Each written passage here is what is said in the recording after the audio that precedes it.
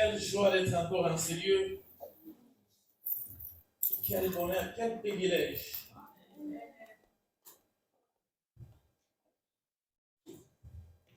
Amen. Amen. Vous savez que j'ai toujours dit dans la présence de Dieu, l'attitude compte. Amen. Amen. Amen. Vous vous imaginez, vous venez dans la présence de Dieu, l'un reçoit et l'autre ne reçoit pas. Quelle est la différence entre les deux personnes? Le problème, ce n'est pas Dieu. Le problème, c'est entre les deux. Il doit y avoir quelqu'un qui ne vient pas avec une bonne attitude.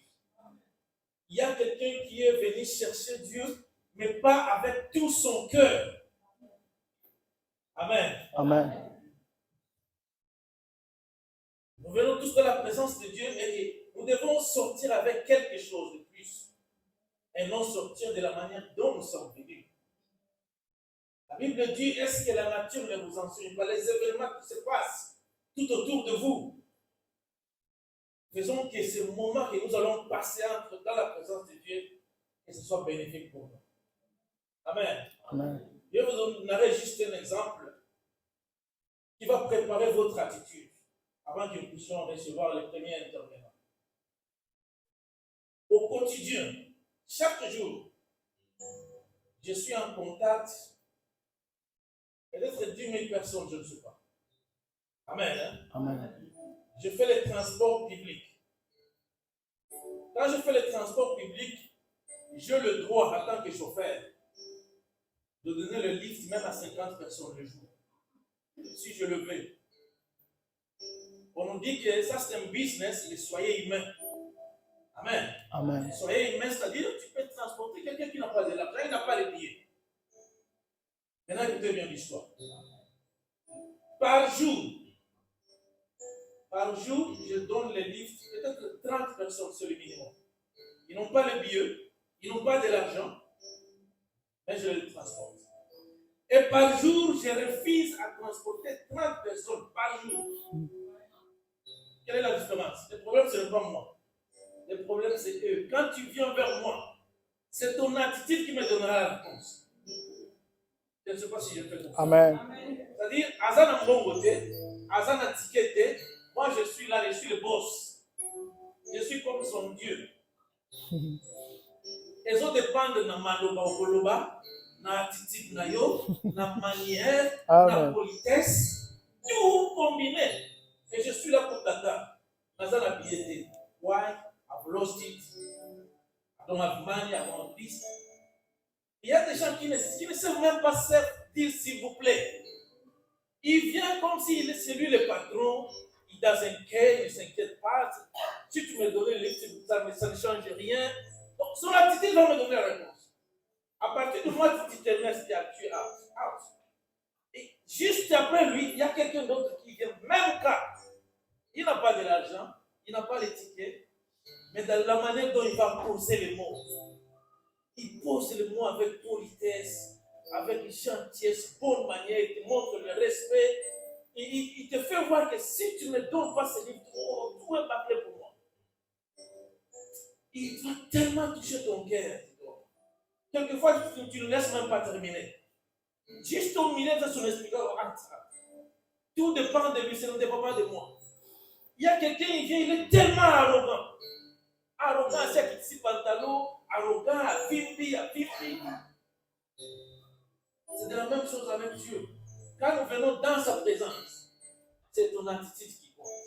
C'est ton attitude qu'il est en train de regarder. Est-ce que tu es venu avec détermination? Tu as le souci d'avoir quelque chose, de recevoir quelque chose de sa part. C'est ce qui compte. Et il nous donne selon notre attitude. Amen. Sur basé de notre attitude. Je ne sais pas si j'en fais comprendre. Amen. Alors, j'aimerais que nous soyons ici concentrés, voulant recevoir quelque chose, un cœur disposé. Et quelqu'un se dit, je ne suis pas venu ici pour perdre le temps. Je suis concentré, je suis désintéressé, qui est à gauche, qui est à droite. Amen. Focalisé sur ce Dieu, ce qui va me parler, c'est ce qui importe. Amen. Amen. Et quand il voit une telle attitude, il te considérera comme Abel.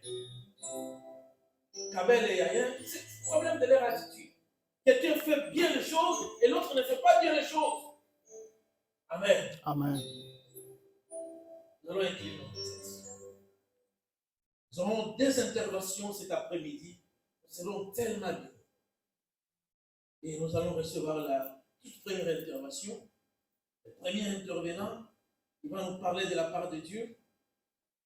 Et nous allons écouter la prière de la part du pasteur après. Il va s'élever, il va prier pour nous. Et Dieu dispose nos cœurs et il va abandonner le prédicateur du jour. Le premier intervenant entre les mains de Dieu. Et Dieu l'utilise puissamment pour notre faveur. J'écoute la prière. Seigneur, merci pour la grâce. Merci pour la paix, Seigneur Jésus. Pour moi, et pas une aïe, nous en besoin encore. C'est toi la parole et la parole de Dieu. Père, tu m'as donné nous en et que ta vie vie n'a pas pour la Bible dit, et pas une aïe, hasard et attaqué. Ce qui nous en met les lois alliés et attaqués pour nous faire depuis l'éternité. Amen. Amen. Amen. Amen. Amen. Édifier du saut, Père de gloire, Saint-Esprit à la mettre dans la prédication. Connectez du saut maintenant dans le nom de Jésus. Union soit yoté et que nous nous dans le nom de Jésus-Christ. La communion à Jésus, que tout ça n'est pas notre vie. Amen. Amen. Amen. Amen. Sans plus tarder, nous allons inviter le pasteur Zadu, le docteur Kazi.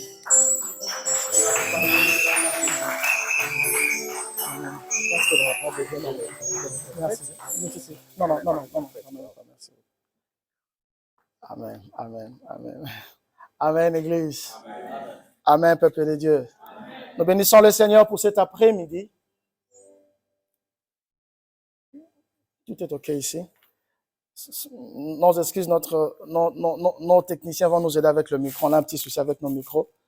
Nos sincères excuses pour cela. Je crois que okay, on va utiliser ça. Amen, Église. Nous bénissons le Seigneur pour cet après. Est-ce qu'on peut acclamer le Seigneur pour ces moments? Est-ce qu'on peut bénir le Seigneur? Est-ce qu'on peut bénir le Dieu Tout-Puissant? Amen. Nous avons déjà prié avec notre pasteur, le pasteur André, qui nous a bénis avec cette belle prière. Que Dieu vous bénisse, pasteur. Nous sommes très reconnaissants, très bénis de votre présence, homme de Dieu, excellent homme de Dieu. Vraiment, votre présence est en ces lieux. Nous bénit, nous fortifie et nous dit beaucoup de la part de notre Seigneur. Papa Peter, que Dieu te bénisse particulièrement vous. Et tout le reste du peuple de Dieu venant de Leeds, venant d'Huddersfield, nos bien-aimés de Bradford, nous sommes très, très contents, très ravis de vous avoir avec nous cet après-midi. Que notre Dieu vous bénisse, que notre Dieu vous bénisse, que notre Dieu vous bénisse. Est-ce qu'on peut acclamer une fois de plus notre Seigneur Jésus? Il est vrai, Dieu a déposé cette pensée de métanoïa dans nos cœurs. Dieu a posé ces messages, ce thème métanoïa que nous allons tenter de partager avec nous pendant deux jours, à commencer d'aujourd'hui, bien sûr.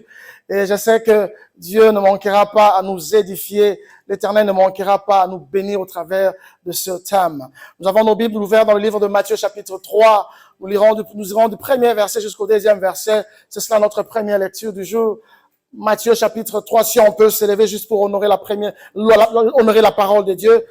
Pour cette première lecture, juste pour la première lecture, on pourra se mettre après.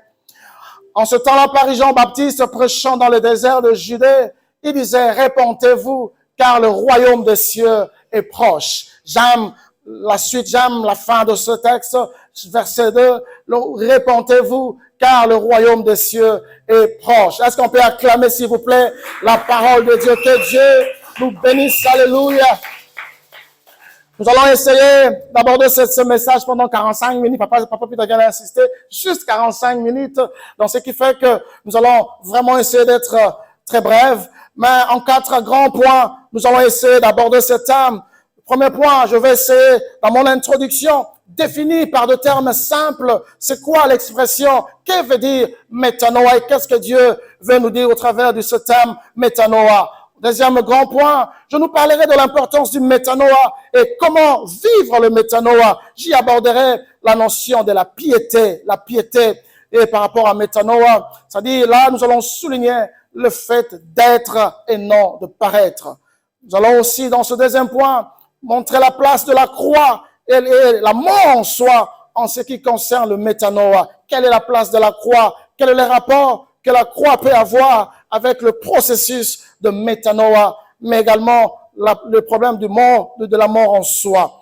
Et là, nous allons découvrir ensemble le secret que Christ nous donne s'agissant, Papa Pita, de l'élévation de la gloire que nous voulons tous. Christ, là, nous révèle un secret merveilleux que nous allons partager ensemble. Au troisième point, par la grâce du Seigneur, nous allons parler de ce thème, de ce point que j'ai aimé quand le Saint-Esprit m'a vraiment inspiré. Plus de connaissances. Nous voulons plus de connaissances. Nous voulons plus de révélations. Chacun veut de révélations. Mais nous allons nous poser cette question. Pour quel but, enfin? Et nous allons essayer d'en établir le rapport avec métanoïa. Et enfin, au quatrième point, nous allons tirer la conclusion de cette introduction parce qu'il y a deux autres intervenants qui viendront par la suite continuer avec ce thème.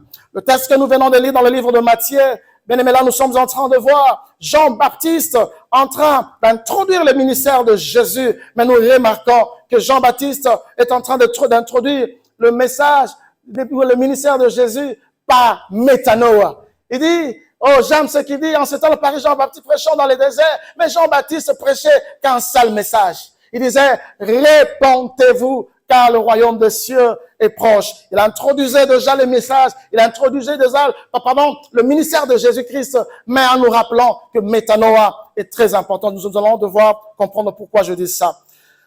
Premièrement, c'est quoi métanoïa? Par des termes plus simples, par des expressions plus simples qui vont nous aider à comprendre pour tous bien dans le Seigneur. Pourquoi ce terme? Pourquoi? Qu'est-ce que ça veut dire métanoïa? Je vais vraiment choisir des termes, des expressions vraiment simples pour que tous nous puissions arriver à comprendre le sens de cette expression métanoïa. D'origine grecque, bien sûr, le terme métanoïa traduit littéralement signifie les choses suivantes. Premièrement, un changement de point de vue. Qui dit métanoïa dit un changement de point de vue. On avait un point de vue X, mais quand le métanoïa s'est vu en nous, on n'a plus le même point de vue. On change le point de vue et nous allons devoir découvrir de quel point de vue nous sommes appelés à adopter en tant qu'enfants de Dieu. Métanoïa signifie aussi un renversement de la pensée. Un renversement de la pensée. C'est-à-dire nous avions l'habitude de penser autrement, nous avons l'habitude de penser d'une certaine manière, mais quand on vit métanoïa, on cesse de penser comme avant. Il y a la pensée qui change. Il y a la façon de voir les choses qui change également. Et dans la Bible, le mot le plus souvent traduit par métanoïa est repentance. Mais j'ai cette certitude que la simple repentance ne traduit pas correctement ou fortement bien le Seigneur, le terme métanoïa. Ainsi, j'aimerais dire, métanoïa, je pourrais dire, le Saint-Esprit m'a aidé à comprendre, c'est plus qu'une simple repentance. Métanoïa, c'est une vraie repentance. J'insiste et je souligne là-dessus. Métanoïa, c'est une vraie repentance. Métanoïa, c'est une repentance qui est sincère, Papa Pita, qui est sincère, non seulement sincère, mais qui est aussi permanente, qui dure dans la durée. Une repentance permanente, une repentance qui est sincère et qui vient vraiment du profond de notre cœur.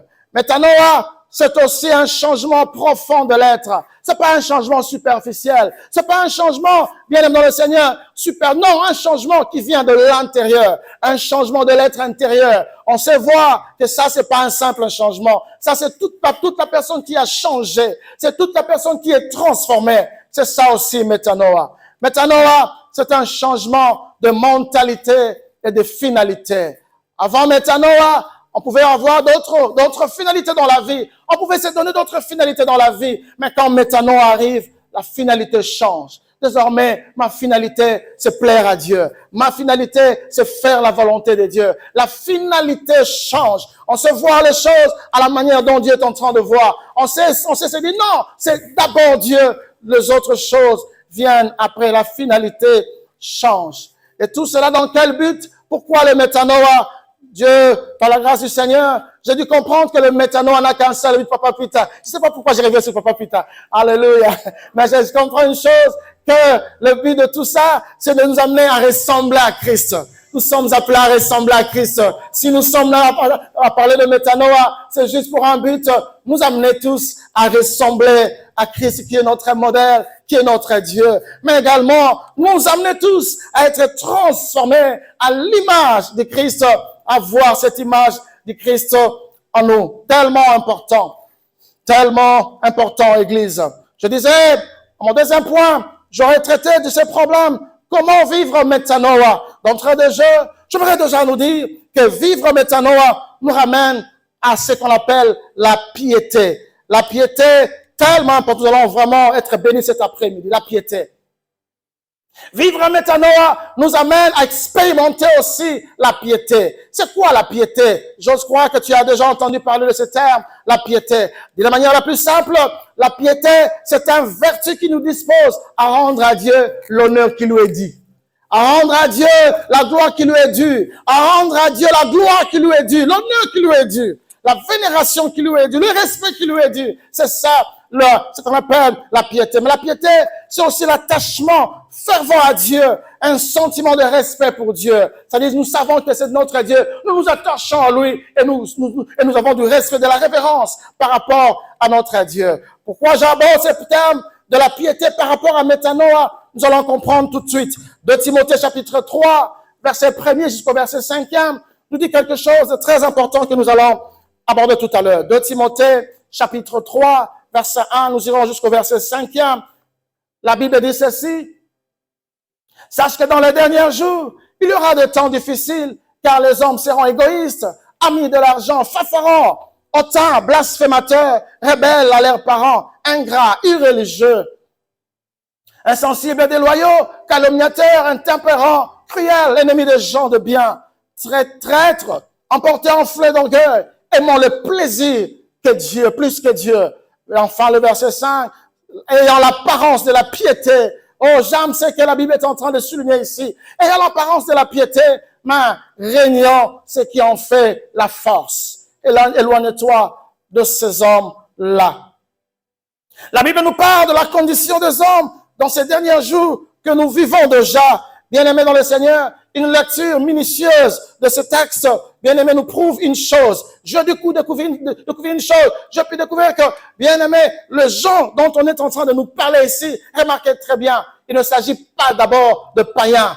Remarquez, homme de Dieu, remarquez, peuple de Dieu, qu'il ne s'agit pas d'abord de païens. Parce que les païens n'ont rien à voir avec la vertu. Eh bien, les là, faisant comme étant, ayant la vertu, ils ont l'apparence de la piété, pardon. Ils ont l'apparence de la piété, je disais. Allez-je dire. La piété. Nous avons défini la piété.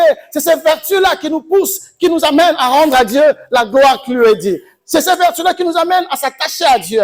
Mais ce genre, bien aimé dans le Seigneur, dans les derniers temps, la Bible est en train de nous dire, les gens auront l'apparence de la piété. Ils n'ont pas la piété. Ils n'ont pas la piété en eux, mais ils ont seulement l'apparence. Je me suis posé une question. Jamais je n'ai vu l'apparence de la piété. Non, les païens, ils n'ont que faire de la piété.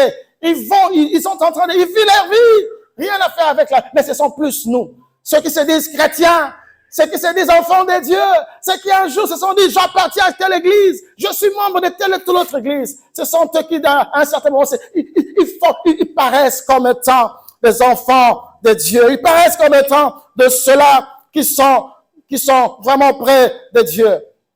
Bien aimé, je vais insister sur un fait cet après-midi. Métanoïa doit se vivre. Métanoïa doit se vivre. Il ne s'agit pas de proclamer. Il ne s'agit pas de se dire, je suis enfant de Dieu, je suis chrétien, j'ai reçu Jésus. Non. Métanoïa doit se vivre. Cela veut dire ce changement profond dont nous sommes en train de parler. Cela veut dire cette transformation profonde dont nous sommes en train de parler doit être vécue. Doit être vécue dans la vie de chacun de nous. Hommes de Dieu, nous qui prêchons la parole, nous qui nous mettons devant le peuple de Dieu, dimanche après dimanche, prédication après prédication, bien aimé dans le Seigneur, est-ce que pratiquons-nous nous-mêmes ce que nous enseignons aux autres? Homme de Dieu, permettez-moi de vous poser cette question. Moi-même y compris, je me pose la même question. Suis-je en train de faire ce que je demande à l'Église de faire? Il ne s'agit pas de dire, faites ceci, Église, mais pendant que moi-même, je suis en train de faire le contraire. Métanoïa doit se vivre. Métanoïa ne doit pas être un slogan. Métanoïa ne doit pas être une apparence. J'insiste sur ce fait. Nous devons être Église. Il y a tellement d'apparence aujourd'hui dans l'Église. Il y a tellement de gens, il y a tellement d'enfants de Dieu qui apparaissent pieux, qui apparaissent, mais qui ne sont pas en réalité. J'aime toujours poser cette question à l'Église. Si on venait dans ta maison, si on venait auprès de ta femme, si on venait auprès de ton mari, qu'est-ce qu'il dira de toi? Qu'est-ce qu'il dira de la manière dont tu parles? Qu'est-ce qu'il dira de la manière dont tu réagis? Qu'est-ce qu'il dira de la manière dont tu te comportes? Est-ce que cela traduit réellement que tu as vécu l'expérience de métanoïa, Église? J'insiste sur ce point, je reviens sur ce point, c'est tellement important, Église de Dieu. Métanoïa, c'est quelque chose qui doit être vécu dans nos vies, vécu, expérimenté dans nos vies. C'est là que Dieu nous attend. Peuple de Dieu, as-tu vécu ce que nous appelons, ce que nous connaissons tous, des Corinthiens chapitre 5, verset 17. J'aime dire à l'Église, dans tout enfant de Dieu, il doit y avoir un avant Jésus et un en Jésus-Christ. J'insiste, je reviens encore. Dans la vie d'un enfant de Dieu, il faudra qu'il y ait ces deux temps. Un avant Jésus et un en Jésus-Christ. Mais qu'est-ce que nous voyons en ce jour? Beaucoup bien dans le Seigneur. On se voit, il n'y a pas de distinction avant Jésus et en Jésus-Christ de Nazareth. Peuple de Dieu, as-tu vécu cette expérience de métanoïa? As-tu vécu des Corinthiens 5, 17? Si nous sommes ici, c'est pour insister sur le fait que nous ne venons pas à l'église pour passer notre temps inutilement. C'est pour insister sur le fait que nous n'avons pas reçu Jésus pour rester la même personne. Nous n'avons pas accepté Jésus en lui donnant nos vies pour rester la même personne. C'est la question que je me suis toujours posée, et je crois même à Desville, l'autre fois je me suis posé encore cette question. Nous avons tant des églises, dans notre pays particulièrement, autant des églises. Sur chaque avenue, tu trouveras 10 églises. Tu trouveras tout le monde se dire, en train de se dire, nous sommes chrétiens. Mais, hélas, malheureusement, le mal ne fait que s'accroître. Au milieu de ceux-là qui se disent chrétiens, au milieu de ceux-là qui proclament, qui se disent, je suis enfant de Dieu. Et malheureusement, même plus loin, au milieu même de ceux-là qui se disent, je suis serviteur de Dieu. Des fois avec de gros titres, pasteur, bishop, archibishop, avec de grands, mais parfois même de grandes églises. Mais, les œuvres. Église, où sommes-nous aujourd'hui? Église, où est la place du métanoïa? Où est la place du vrai changement aujourd'hui? Quand Jésus intervient dans la vie de quelqu'un, une vie qui a été touchée par Jésus ne reste jamais la même. Alléluia. J'aime ce que Matthieu chapitre 15, verset 8 à verset 9 est en train de nous dire. Matthieu chapitre 15, verset 8 à 9, la Bible dit ceci, ce peuple est mon nom de l'œuvre, mais son cœur est éloigné de moi. Dieu n'aimerait pas que nous soyons dans ce cas de ceux-là qui disent, je suis chrétien, je suis serviteur de Dieu. Ça fait depuis 10 ans, 20 ans que je suis dans le Seigneur. Non, ce peuple est mon nom de l'œuvre, mais son cœur est éloigné de moi. C'est en vain qu'ils m'honorent en enseignant des préceptes qui sont des commandements d'hommes. De plus en plus, bien aimés dans le Seigneur, nos actes traduisent, nos œuvres traduisent qu'en réalité, nous sommes loin de ce Dieu que nous proclamons. Nous sommes loin de ce Dieu que nous croyons, que nous disons appartenir. Nous sommes loin de ce Dieu que nous proclamons avoir reçu dans notre vie. Nous sommes tellement éloignés. Alléluia, Église. Amen, Église. J'aimerais insister sur les faits. La fonction première de l'Évangile, quand nous venons à l'Évangile, quand nous venons à Jésus, c'est pour un changement profond. C'est pour un changement profond, bien dans le Seigneur. Oh, j'aimerais dire à quelqu'un, Dieu ne nous appelle pas d'abord à être pasteur. Dieu ne nous appelle pas d'abord à être évangéliste. Dieu ne nous appelle pas d'abord à venir chanter devant. Dieu ne nous appelle pas d'abord à faire ce que nous faisons pour lui. Dieu nous appelle d'abord pour notre cœur. Oh, je reviens encore sur ce point. Dieu ne nous appelle pas d'abord à faire ce que nous sommes en train de faire. Dieu nous appelle d'abord pour notre cœur. Pour notre cœur. Il tient notre cœur. Il veut transformer nos vies. Il veut changer notre intérieur. Ainsi, dans Matthieu chapitre 23, verset 25 et verset 29, la Bible nous dit ceci. Malheur à vous, scribes et pharisiens, hypocrites, parce que vous nettoyez les dehors de la coupe et du plat. Et qu'au dedans, ils sont pleins de rapines, d'intempérance. Pharisiens aveugles, nettoie premièrement l'intérieur de la coupe et du plat, afin que l'extérieur aussi deviennent nettes. Verset 27. Malheur à vous, scribes et pharisiens, hypocrites, parce que vous ressemblez à des sépulcres blanchis. Waouh! C'était tellement dur à écouter. Et pourtant, c'était la vérité, homme de Dieu. Parce que Jésus savait, connaissait leur cœur. Un contraste total par rapport à ce que les gens voyaient d'eux et ce que Jésus pouvait voir d'eux. Jésus étant Dieu, il savait l'état de leur cœur. Pendant que le peuple les vénérait, pendant que le peuple les considérait, pendant que le peuple les respectait. Mais Dieu voyait autre chose. Dieu voyait autre chose. Blanchis qui paraissent beaux au dehors et qui au dedans sont pleins d'ossements, de morts et de toute espèce d'impureté. Verset 28. Vous de même au dehors, vous paraissez, voilà bien dans le Seigneur. Il ne s'agit pas de paraître. Maintenant, avait dit, vivre et non paraître. Vous paraissez juste aux hommes, mais au dedans, vous êtes plein d'hypocrisie et d'iniquité. Enfin, malheur à vous, scribes et pharisiens hypocrites, parce que vous bâtissez des tombeaux de prophètes et vous ornez les sépulcres de justes. Les pharisiens sont un exemple typique, bien aimé, un exemple frappant. Des gens qui n'ont pas connu Métanoïa.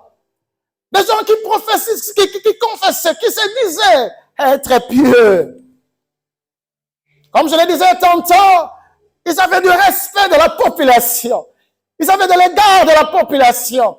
Parce qu'ils croyaient que c'était des hommes qui sont vraiment plus à côté des attachés à Dieu. Mais Jésus savait leur cœur. Je me suis posé une question. Pourquoi Jésus se prenait tant aux pharisiens? Pourquoi Jésus s'opposait à eux? Et j'ai compris une chose. Une étude minutieuse de la vie des pharisiens m'enseigne ceci. Si Jésus était en train de reprocher, de tenir tête aux pharisiens, c'était parce que ces gens regardaient, ils étaient vraiment assis sur l'extérieur. Quand je dis extérieur, la pratique de la loi. Pour eux, ce qui comptait, si tu pratiques la loi, si tu fais ce qui est bon, d'après la loi de Moïse, tu es juste, tu es bon. Ainsi, un jour, les disciples de Jésus se mirent à table sans pour autant se laver les mains. C'est du scandale. Scandale, scandale. Comment peuvent-ils monter aux tables sans pour autant se laver les mains? Ça fait partie de notre tradition. Pour eux, ne pas se laver les mains, conformément à la tradition, c'était un délit. C'était un crime. Des gens qui se tenaient juste sur le fait de respecter la loi, les choses extérieures. Mais Jésus, non. Jésus est en train de nous dire, il ne s'agit pas de ce que tu fais aux yeux des hommes. Il ne s'agit pas de ce que les hommes disent de toi, de ce que les hommes rencontrent de toi, de ce que les gens vont voir de toi. Il s'agit de ton intérieur, parce que moi, Dieu, je sais voir l'intérieur. Je sais voir ton intérieur. Quand même que tu ne dis à personne, quand même que tu apparais pieux, tu apparais juste. Moi, Dieu, je sais te voir à l'intérieur.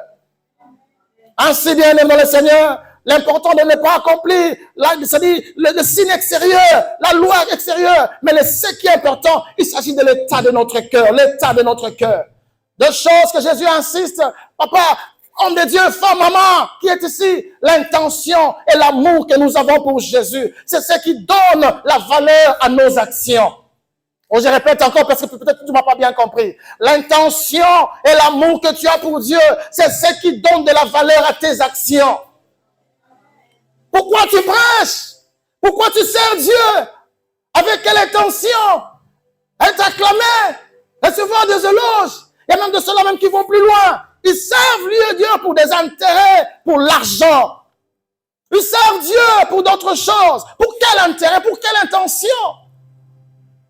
Et ton cœur, aimes-tu réellement Dieu? Tu aimeras l'Éternel, ton Dieu, de tout ton cœur, de toute ton âme, de toute ta force.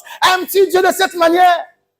Est-ce que c'est cet amour-là que tu as pour Dieu qui te pousse à servir Dieu? Est-ce que cet amour-là que tu as pour Dieu qui t'amène à te sacrifier pour Dieu? Ou c'est juste pour des profits humains, des choses qui ne plaisent pas à Dieu? Ainsi, bien-aimé, on peut prier, on peut jeûner, on peut se faire des sacrifices pour Dieu, bien-aimé. Dieu est en train de regarder. Les hommes peuvent t'acclamer, les hommes peuvent te jeter des fleurs. Voilà ce qu'il fait pour Dieu. Voilà comment il prêche bien. Voilà comment il sert son Dieu. Mais Dieu est en train de voir. Cet homme me sert, oui, mais je ne vois pas. Je ne vois pas l'amour. Je ne vois pas moi dedans. Je ne me vois pas là-dedans. Alors je me suis posé la question, la Bible dit, ignorant ce qui fait la force de la piété. Alors qu'est-ce qui fait la force de la piété alors? Ces gens ignorent ce qui fait la force. Ils apparaissent pieux. Ils ignorent ce qui fait la force de la piété. Je me suis posé la question, qu'est-ce qui fait la force de la piété? Gloire soit rendue à Dieu.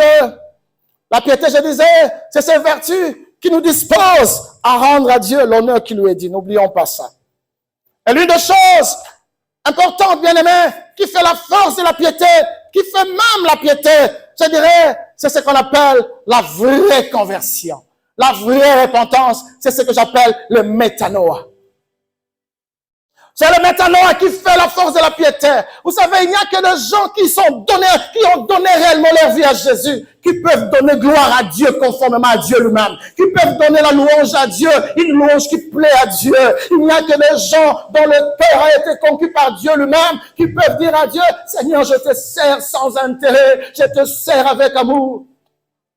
Eh bien, déclare, les revenus ou les vrais adorateurs adoreront le Père en vérité et en esprit. Je comprends une chose, il n'y a que ceux-là qui ont vécu métanoïa, qui peuvent réellement, bien le Seigneur, être dans ces catégories de personnes. Et qui dit, vraie conversion, bien-aimé dans le Seigneur, dit aussi ce que j'appelle la croix. La croix. Pourquoi la croix?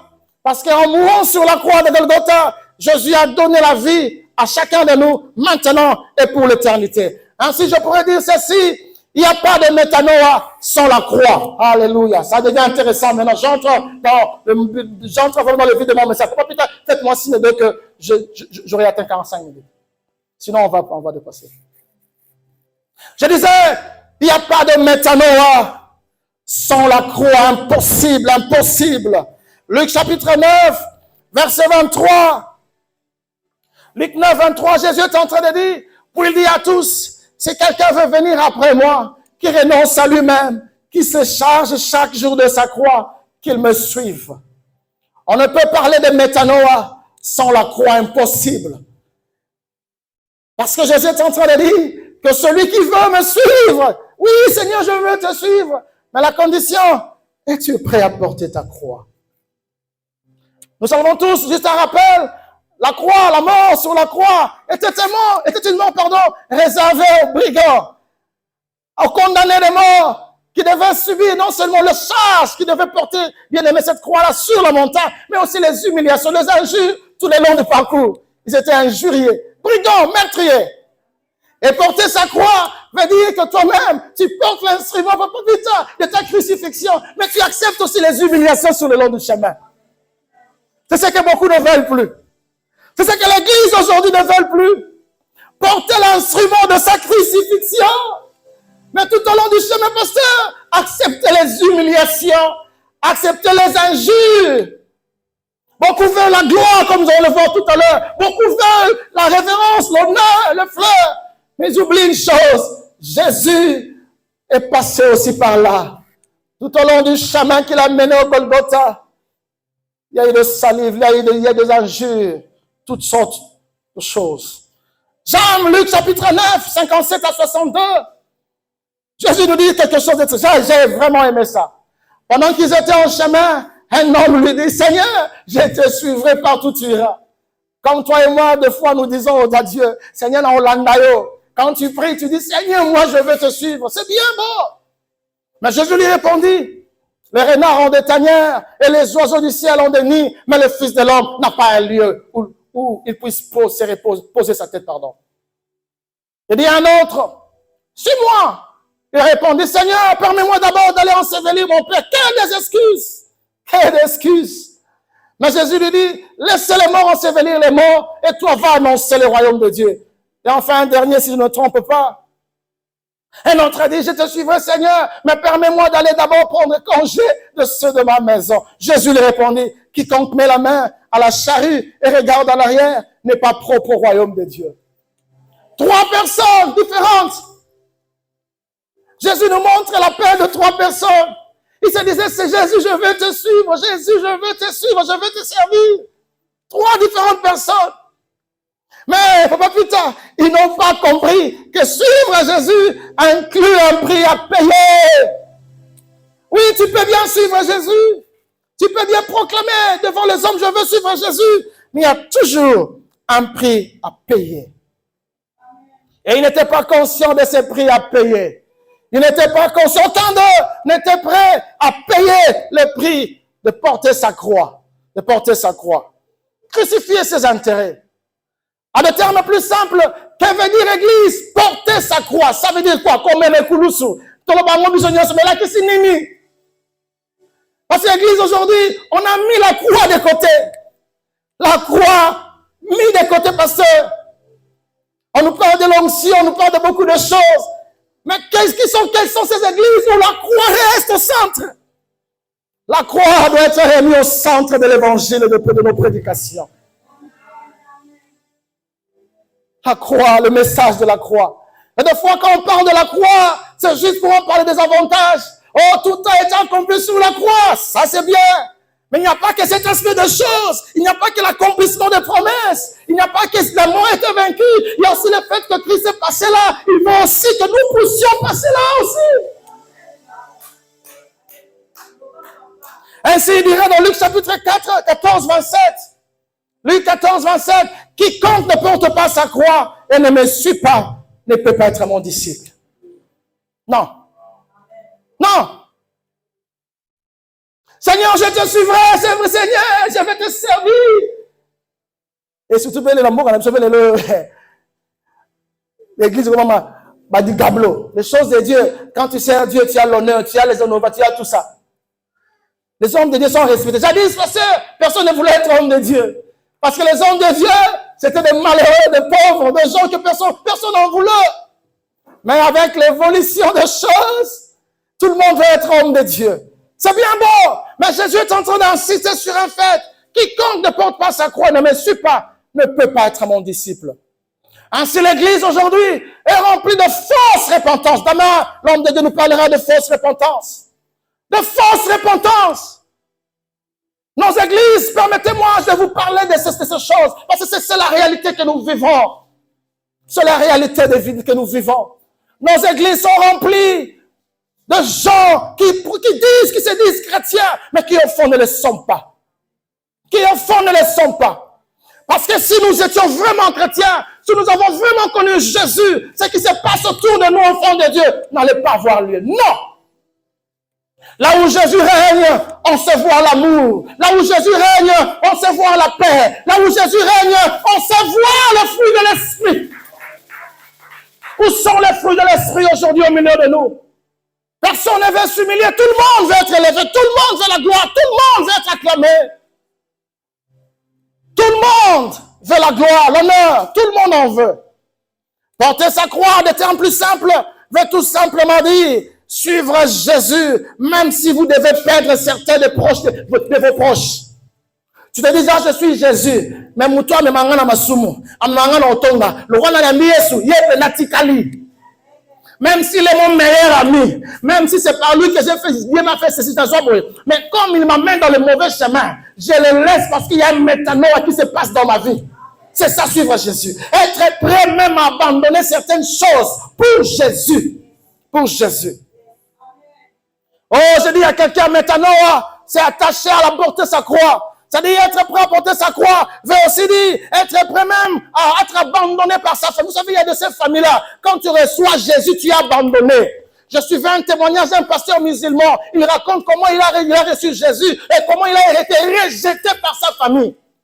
Toi, peut-être que tu ne l'as pas vécu, mais il y a des gens qui ont été rejetés par leur famille tout simplement parce qu'ils ont reçu Jésus. Ils ont accepté de tout abandonner. Toi, tu n'as pas connu ça, mais il y a des gens qui ont connu ça. Maltraité parce qu'il a reçu Jésus, parce qu'il a accepté le métanoïa. Ce sont des gens qui ont été prêts, qui sont dit, Seigneur, c'est toi ou rien. C'est ça le métanoïa. Es-tu prêt, toi, à abandonner toutes choses pour Jésus? Combien sont prêts à être abandonnés même par leur famille pour gagner Christ? Pour gagner Christ. Métanoïa, c'est être prêt à perdre sa réputation. Réputation, comme réputation. Sous tous les lots. Tout le monde tient sa réputation. Baby, c'est la réputation. Baby, c'est la réputation. Hein? Je me disais, si Jésus était à cette époque, je ne sais pas si Jésus, parce qu'il y a la réputation de Jésus, Jésus n'avait plus de réputation. Hein? Jésus avait tout perdu comme réputation. Aujourd'hui, tout le monde tient sa réputation. Mais maintenant, on veut aussi dire, être prêt à accepter même que sa réputation soit souillée. Aussi longtemps que je ne me reproche de rien. Aussi longtemps qu'il n'y a rien du diable à moi. Aussi longtemps que ma conscience ne me reproche de rien. Même si tu salues ma réputation, il y a un Dieu qui lave ma réputation. Il y a un Dieu qui lave. Il y a un Dieu qui nous défend. Il y a un Dieu qui nous parle pour nous. Là où on nous calomnie, là où on parle du mal contre nous, il y a un Dieu qui parle pour nous. La Bible l'appelle notre avocat auprès du Père.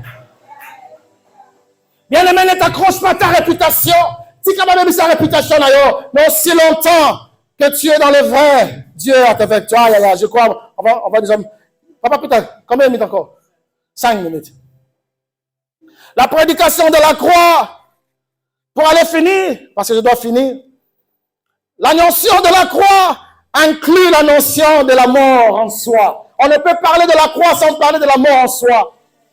Romains chapitre 6, verset 2. Romains 6, 2. Loin de là, nous qui sommes morts au péché, comment vivions-nous encore dans le péché? Maintenant, ceux qui vivent dans le péché, c'est que quoi? Ils ne sont pas morts au péché. C'est là le grand problème de l'Église. C'est là le grand problème, nous, enfants de Dieu aujourd'hui. C'est là le grand problème. Et j'aime la suite, Romains 6, versets 6 à 8, où dit ceci. Sachant que notre vieil homme a été crucifié avec lui, afin que le corps du péché fût détruit, pour que nous ne soyons plus esclaves du péché, car celui qui est mort est libre, libre du péché. J'aime le verset 8 ensuite. Or, si nous sommes morts avec Christ, nous croyons que nous vivons aussi avec lui. Problème à toi, problème à moi, problème à l'Église. Nous sommes encore trop vivants. La chair est encore trop vivante. Trop vivante. Dans la 5:20, on va pas lire, nous décrit les œuvres de la chair. Les œuvres de la chair. En passant, l'idolâtrie, les querelles, la jalousie, les disputes. Ne les retrouvons-nous pas au milieu de nos églises? Dans l'église de Dieu, il y a des jalousies. Dans l'église de Dieu, il y a des querelles. Dans l'église de Dieu, il y a des divisions. Ce sont des choses qui ne pouvaient s'être retrouvées au milieu de nous si nous étions réellement morts, si nous sommes réellement morts. Christ nous invite à mourir. Koufa.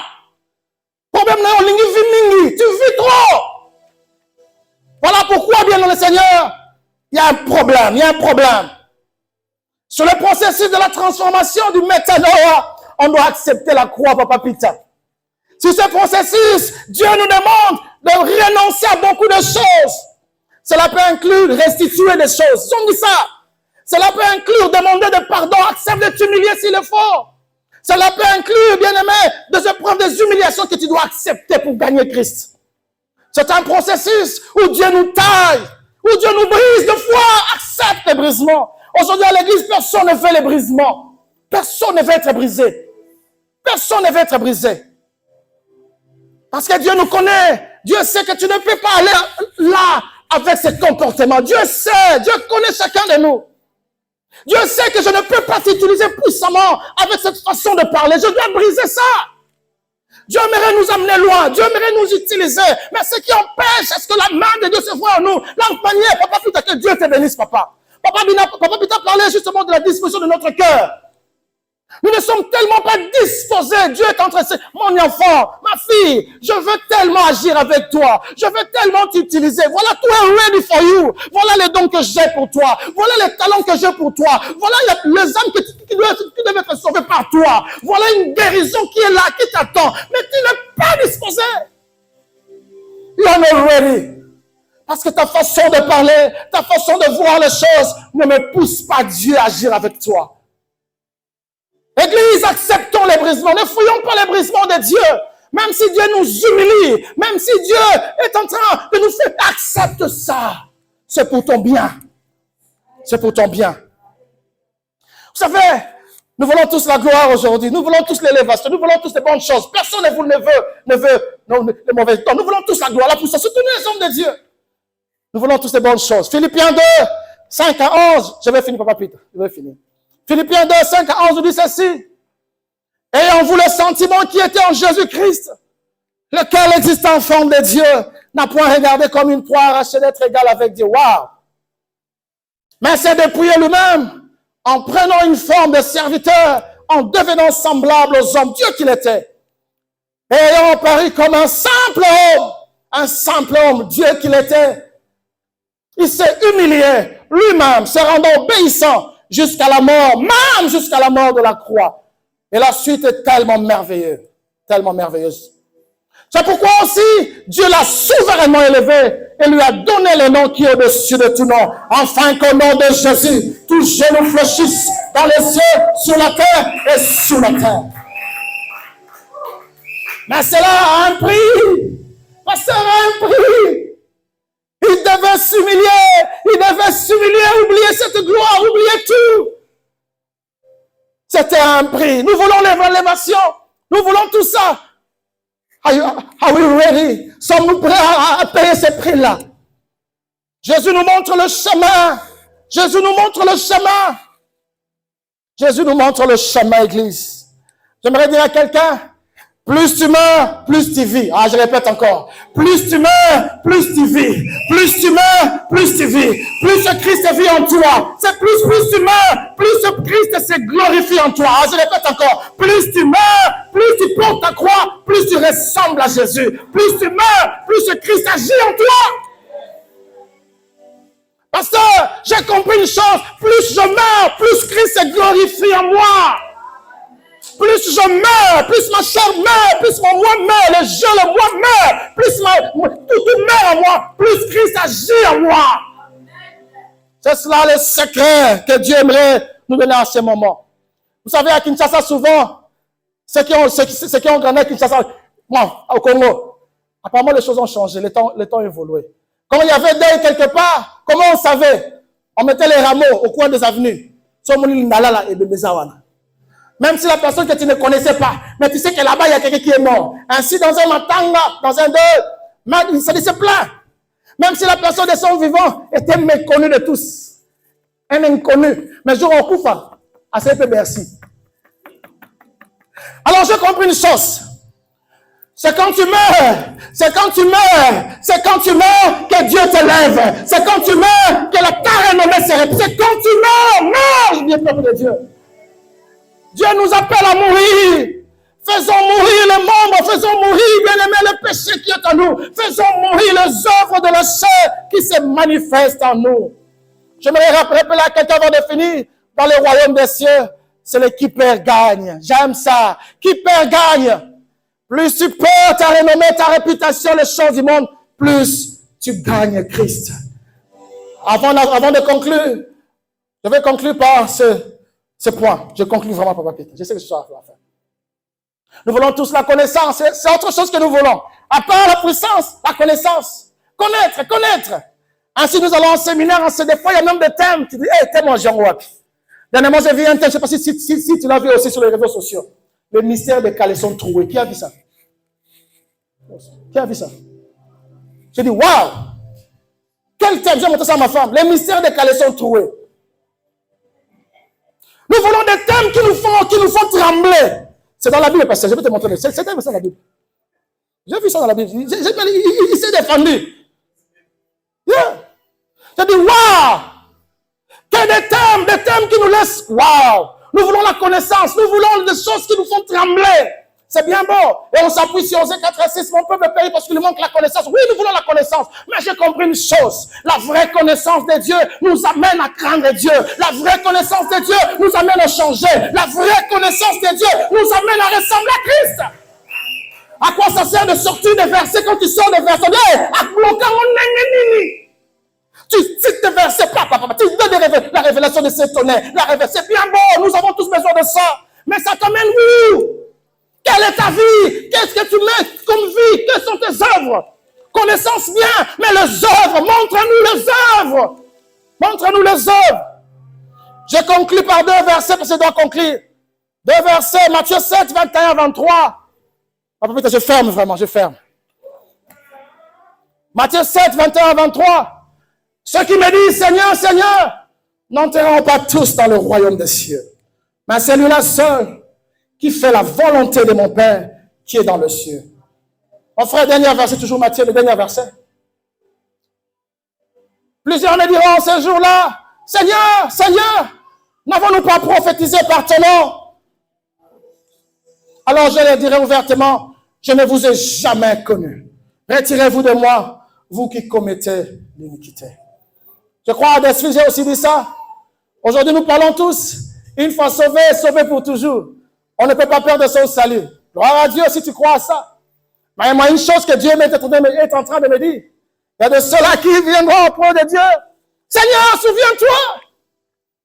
Mais Christ ira, je ne vous ai jamais connu. Jamais connu. Église, je finis avec ces derniers versets, s'il vous plaît, de ces derniers versets. Matthieu 7, 13 à 14. Entrez par la porte étroite, car large est la porte spacieuse et le chemin qui mène à la perdition. Il y en a beaucoup qui entrent par là. Et enfin, mais étroite est la porte resserrée, le chemin qui mène à la vie. Il y en a peu qui trouvent. Est-ce qu'on peut acclamer Jésus?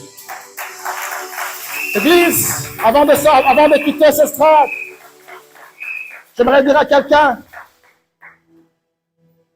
nous avons tous reçu la grâce de recevoir Christ. C'est pas pour que nous puissions nous dire, je suis chrétien, je suis membre de telle ou telle autre église, mon pasteur sait.